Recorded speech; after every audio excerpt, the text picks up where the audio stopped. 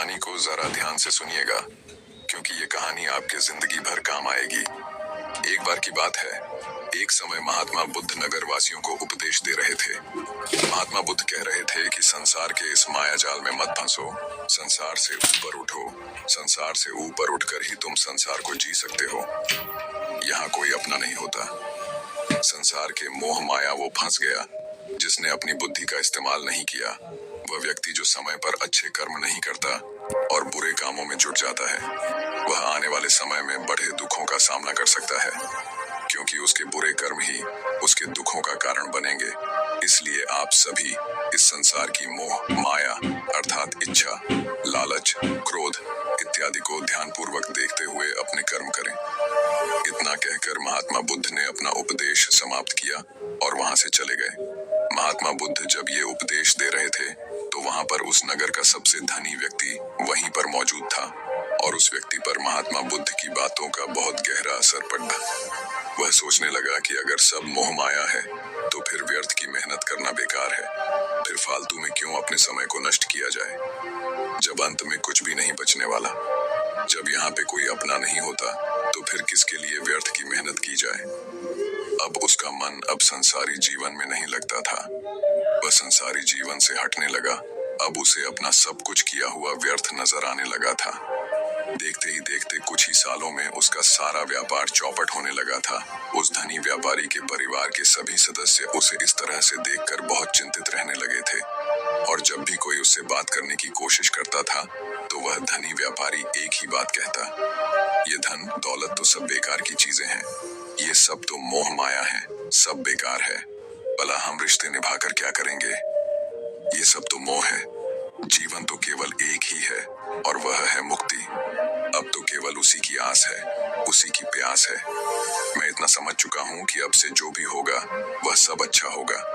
अब से उसने व्यापार पर भी ध्यान देना बिल्कुल बंद कर दिया था, और देखते ही देखते वह धनी व्यापारी उस नगर का सबसे गरीब व्यक्ति बन चुका था। वह पूरी तरह से निधन हो चुका था। उसका सब कुछ बर्बाद हो चुका था। एक दिन जब उसके घर में खाने के लिए कुछ नहीं बचा तो उसने अपने आप से कहा, ये मैंने क्या कर दिया। सब कुछ तो बहुत अच्छा चल रहा था, लेकिन मैंने अपने हाथों ही सब कुछ बर्बाद कर दिया। आज मेरे परिवार का हर एक सदस्य भूखा है, उनके पास खाने के लिए कुछ नहीं, और मैं उनके लिए कुछ नहीं कर पा रहा हूँ। वह ये सब सोच ही रहा था कि तभी उसे याद आया कि उसने महात्मा बुद्ध की बातों में आकर अपना जीवन बर्बाद कर लिया। ना तो उसे मुक्ति मिली और ना ही सुकून। अब तो भोजन के लिए भी आज मुझे रोज मरना पड़ता है। हर रोज मुझे मेहनत करनी पड़ती है, तब जाकर मेरे परिवार को 2 वक्त की रोटी मिल पाती है। अपने परिवार की इस तरह से बुरी हालत देखकर उससे रहा नहीं गया। वह बहुत चिंतित रहने लगा था। तब उसके मन में ख्याल आया कि वह अब किससे मदद मांगेगा, आखिर अब उसका साथ कौन देगा। तभी उसे याद आया कि उसे महात्मा बुद्ध के पास ही जाना चाहिए, क्योंकि बुद्ध के कारण आज उसकी यह हालत है। उसके हालात के जिम्मेदार तो वही है। मैं तो सीधा सीधा अपने मार्ग पर जा रहा था, लगातार अपने व्यापार में उन्नति कर रहा था, लेकिन जब से मैंने उनकी बातें सुनी तब से मेरा मन विचलित हो गया। उनकी फालतू बातों में आकर मैंने अपना सब कुछ बर्बाद कर दिया। मेरे हालात के जिम्मेदार तो वही है, इसलिए मुझे उनके पास ही जाना होगा। अपने मन में क्रोध लिए 2 दिनों की लंबी यात्रा करके वह महात्मा बुद्ध के पास पहुंचा और क्रोध में आकर महात्मा बुद्ध से कहता है, हे बुद्ध, आपको कोई ज्ञान नहीं, आपने सत्य की प्राप्ति की है। आप तो केवल भोले भाले लोगों को फंसाना जानते हैं, अपनी चिकनी चुपड़ी बातों में उन्हें बहलाना जानते हैं। आप लोगों के सीधेपन का फायदा उठाकर अपनी प्रसिद्धि और अपनी प्रशंसा करवाते हैं। आप हमें ऐसे सपने दिखाते हैं जो कभी पूरे नहीं होते। मैं भी ऐसा ही एक सीधा साधा व्यक्ति था, और मैं उस नगर का सबसे बड़ा धनी व्यक्ति था। आपसे मिलने से पहले सब कुछ ठीक चल रहा था। मेरे पास धन की कोई कमी नहीं थी, सारे ऐशो आराम थे, सारी सुख सुविधाएं थीं। लेकिन जब से मैंने आपका उपदेश सुना, मैं आपसे इतना प्रभावित हो गया कि मैंने आपकी बातों को ही मानना शुरू कर दिया और वो सारी चीजें छोड़ दी जो मुझे संसारी जीवन से जोड़ाती थी। अर्थात संसार की सारी मोह माया मैंने त्याग दी, और आज देखिए, आपकी वजह से मेरा पूरा परिवार भिखारी बन चुका है। वह छोटी सी कुटिया में रहता है, यहाँ तक कि रोज के खाने के लिए भी नहीं है। आपकी वजह से मैं पूरी तरह से बर्बाद हो चुका हूँ। उस व्यक्ति के इतना कहने के बाद महात्मा बुद्ध शांति से मुस्कुराते हुए उस व्यक्ति से कहते हैं, आखिर तुम्हारे साथ क्या हुआ है और तुमने मेरी बातों का क्या मतलब निकाला? इस पर वह व्यक्ति महात्मा बुद्ध को सारी बातें बता देता है। आप कहते हैं कि धन दौलत की इच्छा करना ये काम सब मोह माया है से भरा है। आप सांसारिक जीवन को बुरा कहते हैं और खुद इस संसार में आकर भिक्षा मांगते हैं। आप आध्यात्मिक जीवन को अच्छा बताते हैं, किंतु मेरा एक प्रश्न है, इस आध्यात्मिक जीवन से हमें क्या मिलता है? इससे हमें क्या लाभ? आपने कहा था कि हमें आध्यात्मिक जीवन से सुख प्राप्त होता है, लेकिन मैंने तो जब से आध्यात्मिक जीवन अपनाया है तब से मुझे केवल दुख ही दुख मिला है। यहाँ तक कि मेरे पास जो कुछ भी था वह भी सब में खो बैठा हूँ। आप लोगों को झूठा सुख दिखाकर उन्हें अंधकार में ढकेल देते हैं। क्या यह वास्तविकता नहीं? इस पर महात्मा बुद्ध मुस्कुराते हुए उस व्यक्ति से कहते हैं, बेटा तुम बहुत दूर से आए हो, अभी तुम विश्राम करो। रात को आकर मैं तुम्हें तुम्हारे सभी प्रश्नों का जवाब दे दूंगा। पहले तो उस व्यक्ति ने इनकार किया, लेकिन महात्मा बुद्ध के आग्रह पर वह व्यक्ति महात्मा बुद्ध की बात मान गया और आश्रम में जाकर विश्राम करने लगा। रात्रि के बाद महात्मा बुद्ध उस व्यक्ति के पास आए और कहा, बेटा मैंने एक व्यक्ति की बात सुना, वो कह रहा था कि एक हाथी हवा में उड़ रहा था। उसने तो यह भी देखा कि एक बड़ी मछली अपने पैरों से जमीन पर चल रही थी और एक कुत्ता समुद्र की गहराइयों में सांस ले रहा था। वो व्यक्ति महात्मा बुद्ध की सारी बातें सुनकर महात्मा बुद्ध से कहता है, फिर तथागत उसके आगे क्या हुआ? आखिर आप चुप क्यों हो गए? तभी महात्मा बुद्ध उस व्यक्ति को समझाते हुए कहते हैं, बेटा क्या तुम्हें लगता है कि ऐसा वास्तव में हो सकता है? इस पर व्यक्ति जवाब देते हुए कहता है, बुद्ध अगर आप कह रहे हैं तो ये अवश्य ही सच होगा, क्योंकि आप इतने बड़े ढेर ज्ञानी हैं, आपने सत्य की प्राप्ति की है, तो आपके मुख से निकला हुआ हर एक शब्द तो सत्य ही होगा। तभी महात्मा बुद्ध मुस्कुराते हुए उस व्यक्ति से कहते हैं, बेटा क्या तुमने कभी पहले ऐसा कभी होते हुए देखा है? क्या तुमने कभी किसी हाथी को देखा है जो पर के साथ हवा में तेजी से उड़ता जा रहा हो? इसके जवाब में वह व्यक्ति कहता है, तथागत मैंने तो कभी नहीं देखा। तभी महात्मा बुद्ध कहते हैं, तुमने मुझसे प्रश्न क्यों नहीं किया कि आखिर वह हाथी आकाश में कैसे उड़ सकता है? इसके जवाब में व्यक्ति कहता है, हे तथागत, आपके मुंह से सुनकर मुझे ऐसा लगा कि मानो बात सत्य हो और आप कह रहे हैं तो ये सत्य ही होगा, इसलिए मैंने आपसे एक भी बार प्रश्न नहीं किया। तभी महात्मा बुद्ध उस व्यक्ति को समझाते हुए कहते थे, कभी किसी की बातों पर मत जाना, बल्कि खुद विचार करो, संयम से सोचो कि उस बात में कितनी सच्चाई है। जो व्यक्ति कह रहा है क्या वह सच है? आखिर वह कहना क्या चाहता है? हो सकता है कि वह कुछ और कहना चाहता हो और तुम उसका अर्थ कुछ और ही निकाल रहे हैं। कम से कम तुम्हें एक बार प्रश्न करके ये समझना तो चाहिए कि आखिर वह कहना क्या चाहता है। अगर तुम मुझसे पूछते कि आखिर वह हाथी हवा में कैसे उड़ सकता है, तो इसका जवाब मैं तुम्हें अवश्य देता। मैं तुम्हें ऐसा बताता कि एक छोटा सा बच्चा अपने खिलौनों के साथ खेल रहा है। वह हाथी को हवा में उड़ा रहा है और कुत्ते को पानी में डूबा रहा, और रही बात मछली की तो वह उसे जमीन पर चला रही है। क्या ऐसा संभव नहीं हो सकता? इसके जवाब में व्यक्ति कहता है, हाँ बिल्कुल ऐसा हो सकता है। महात्मा बुद्ध उस व्यक्ति को कहते हैं, इसी प्रकार मैं कभी किसी को निर्धन या गरीब होने के लिए नहीं कहता। निर्धनता या गरीबी तुम्हारे विकास में बाधक बन जाती है, जिससे तुम और कुछ नहीं सोच पाते, ना ही कुछ समझ पाते हो। इन भिक्षुओं को देखो, जब इन्हें भोजन की आवश्यकता होती है तो यह भिक्षा मांगने के लिए निकल पड़ जाते हैं, लेकिन यह भिक्षा कहाँ से आती है? इसके जवाब में व्यक्ति कहता है, हे तथागत, हर कोई रोज मेहनत करता है ताकि उसके परिवार का पालन पोषण हो सके, और जो वह मेहनत करता है उसके बदले में उसे कुछ पैसे मिलते हैं। उन पैसों से भोजन खरीदता है और वही भोजन वो आपको भी सौंपता है, और वहीं से भिक्षा आती है। तभी महात्मा बुद्ध उस व्यक्ति से एक और प्रश्न करते हैं, बेटा ये बात तो सत्य है, लेकिन तुम क्या मुझे ये बता सकते हो कि आखिर ये धन कहाँ से आता है?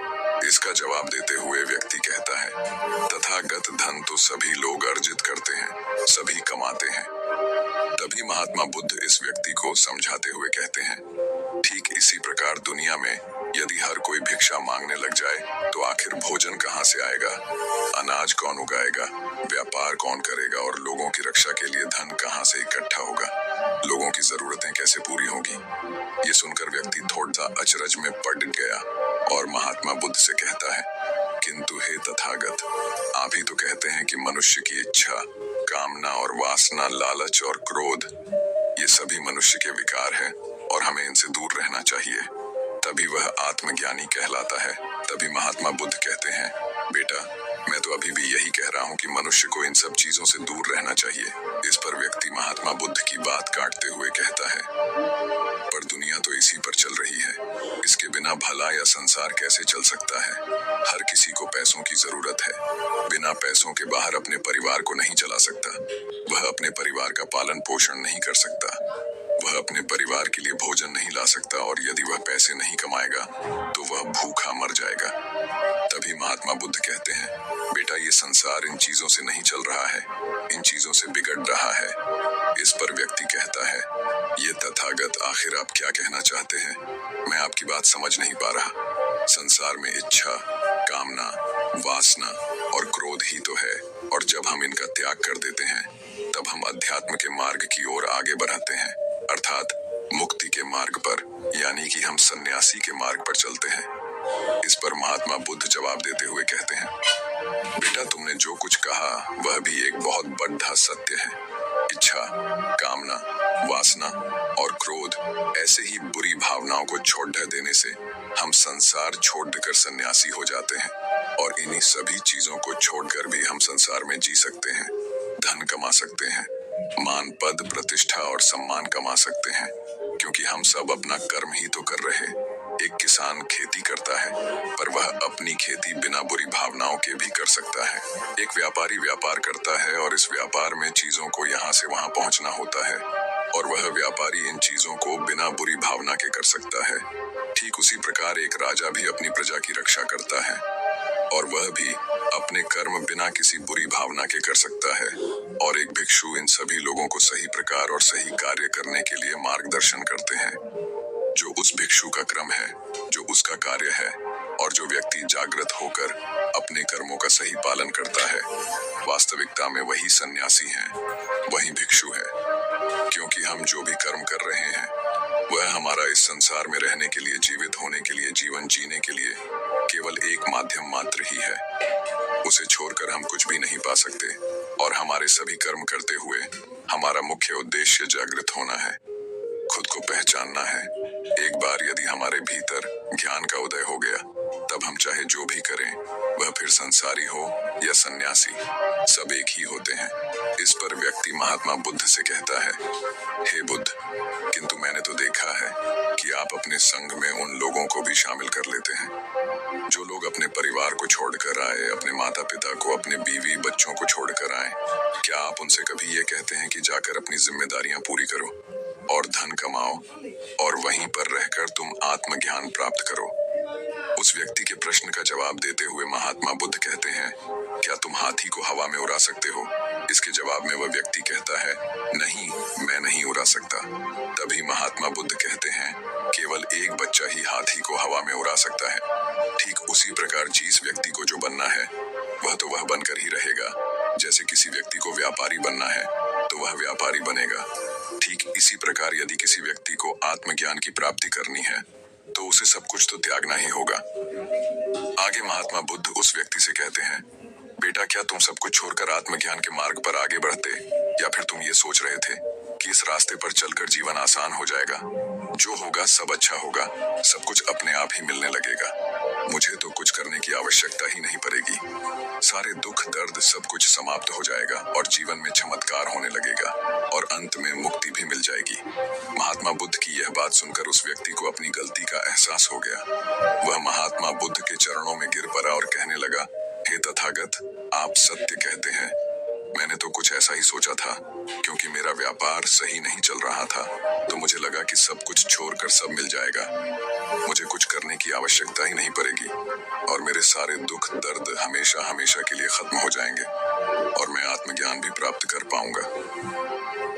तभी महात्मा बुद्ध उस व्यक्ति से कहते हैं, बेटा, भिक्षु हो जाना कोई आसान बात नहीं है। इसके लिए सब कुछ त्यागना पड़ता है। एक एक चीज जिसे तुम बहुत प्रेम करते हो, वो सारी चीजें तुमसे एक एक करके दूर हो जाती है। तो क्या तुम भिक्षु बनने के लिए तैयार हो? क्या तुम सब कुछ छोड़कर अध्यात्म के मार्ग में आगे बढ़ना चाहते हो? इसके जवाब में व्यक्ति कहता है, हे तथागत, मुझे मेरी गलती का एहसास हो चुका है। मुझे भिक्षु नहीं बनना, मैं तो व्यापारी ही ठीक हूँ। मैं तो अपने संसारी जीवन में ही खुश था। परंतु अब भी मेरे मन में एक प्रश्न शेष बचा है। अगर आपकी आज्ञा हो तो वह प्रश्न भी मैं आपसे पूछना चाहूंगा। तभी महात्मा बुद्ध उसे आज्ञा देते हैं। इस पर व्यक्ति कहता है, तथागत, आप ही तो कहते हैं कि धन नहीं कमाना चाहिए। पद, प्रतिष्ठा, अहंकार हमें दुख की ओर ले जाते हैं, और संसार में यही तो है। और क्या है, यदि हमें संसारी जीवन जीना है तो हमें ये सब तो करना ही पड़ेगा। तभी महात्मा बुद्ध मुस्कुराते हुए उस व्यक्ति से कहते हैं, क्या तुम्हें भूख लगी है? इस पर व्यक्ति कहता है, हाँ तथागत, मुझे बहुत भूख लगी है। तभी महात्मा बुद्ध उस व्यक्ति को भोजन करवाते हैं, और उसे भरपेट भोजन खिलाने के बाद महात्मा बुद्ध उस व्यक्ति से कहते हैं, लो और खाओ, ये सब तुम्हारे लिए ही है। इसके जवाब में वह व्यक्ति कहता है, तथागत, मैं पहले ही बहुत ज्यादा खा चुका हूँ, अब मुझसे और नहीं खाया जाएगा। मेरे पेट में अब जरा भी जगह नहीं रह गई है। यदि मैंने और अधिक खाया तो मेरा पेट दर्द करने लग जाएगा, और फिर मुझे तरह तरह की परेशानियां होने लगेंगी। मैं परेशान हो जाऊंगा। तभी महात्मा बुद्ध मुस्कुराते हुए उस व्यक्ति से कहते हैं, बेटा, मैं भी तो तुम्हें यही समझाने का प्रयास कर रहा हूँ कि जितनी जरूरत है उतना ही खाओ, क्योंकि हर चीज जब हद से ज्यादा हो जाती है तो वह नुकसान जरूर पहुंचाती है। फिर वह चाहे धन हो, चाहे इच्छा, चाहे लालच, या फिर कामना या वासना, सब कुछ हद से ज्यादा आपको नुकसान ही पहुंचाएगा, और यह सब आपको केवल दुख ही देंगे। इसीलिए इन्हें नियंत्रण में रखना चाहिए। जितने की हमें आवश्यकता है उतना ही हमें चाहिए, और जब आप इसे नियंत्रण में रखते हैं तो यह कभी आपको दुख नहीं दे पाएगा।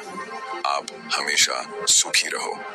आगे महात्मा बुद्ध उस व्यक्ति से कहते हैं, सुनो, धन कमाना आवश्यक है, क्योंकि धन की कमी नहीं होनी चाहिए, भोजन की कमी नहीं होनी चाहिए, किसी भी कार्य को करने के लिए मन में इच्छा की कमी नहीं होनी चाहिए। लेकिन उसी के साथ में यह भी ध्यान रखना है कि इच्छा अत्यधिक भी नहीं होनी चाहिए, और मैं तुम्हें यही समझाने का प्रयास कर रहा हूँ। इसीलिए जाओ और धन कमाओ। व्यापार से, अपने कर्म से न केवल अपना बल्कि दूसरों का भला भी करो। जब तुम अपने किए कार्यों की सांसारिक कार्यों से लोगों का भला करते हो, तब तुम में और किसी सन्यासी अर्थात किसी भिक्षु में कोई अंतर नहीं रह जाता। बस सभी के मार्ग अलग हो गए हैं, लेकिन मंजिल एक ही होती है, और तुम कभी मार्ग से भटकना नहीं। तुम लोगों की संगत में रहना जो तुम्हें अपने आत्मज्ञान के सीधे मार्ग पर ले चले, जो सांसारिक जीवन से हटकर नए जीवन में प्रवेश करवाएं, क्योंकि वे लोग बुराइयों से लड़ने में तुम्हारी मदद करेंगे। तुम्हें ताकत मिलेगी, और तुम लगातार बिना विचलित हुए अध्यात्म के मार्ग पर लगातार आगे बढ़ाते चले जाओगे। इतना कहकर महात्मा बुद्ध शांत हो गए। वह व्यक्ति महात्मा बुद्ध को प्रणाम करके कहता है, ये तथागत, आपकी शिक्षा ये तो बिल्कुल अलग है।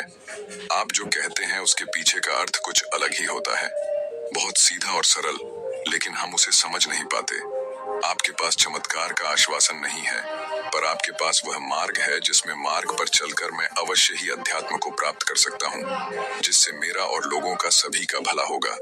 हे तथागत, ये मेरी ही गलती थी कि मैंने आपकी बातों का गलत मतलब निकाला, और एक व्यापारी होकर भी मैंने अपने कर्म को छोड़ दिया, और ये सोचने लगा कि अब अपने आप सब कुछ अच्छा ही होगा। लेकिन ये सत्य है कि अपने आप कुछ नहीं होता। जब हम हाथ पैर चलाएंगे, काम करेंगे, कर्म करेंगे, तभी हमें फल मिलेगा। जब हम हाथ पैर मारना छोड़ते हैं तो नदी का बहाव हमें अपने साथ बहा कर ले चला जाता है, और तब हमारे हाथों में कुछ नहीं रह जाता। और यही मेरे साथ भी हुआ है। तथागत, आज से मैं आपको वचन देता हूँ कि मैं अपना कर्म पूरी ईमानदारी के साथ करूंगा। आपके दिए हुए मार्ग पर मैं पूरी ईमानदारी से चलूंगा। मैं आपको वचन देता हूँ कि मैं एक अच्छा व्यापारी और एक अच्छा इंसान बनकर रहूंगा। मैं आत्मज्ञान के मार्ग पर अपने कर्म करते हुए आगे बढ़ता रहूंगा। इतना कहकर वो व्यक्ति महात्मा बुद्ध को प्रणाम करके वहां से लौट गया।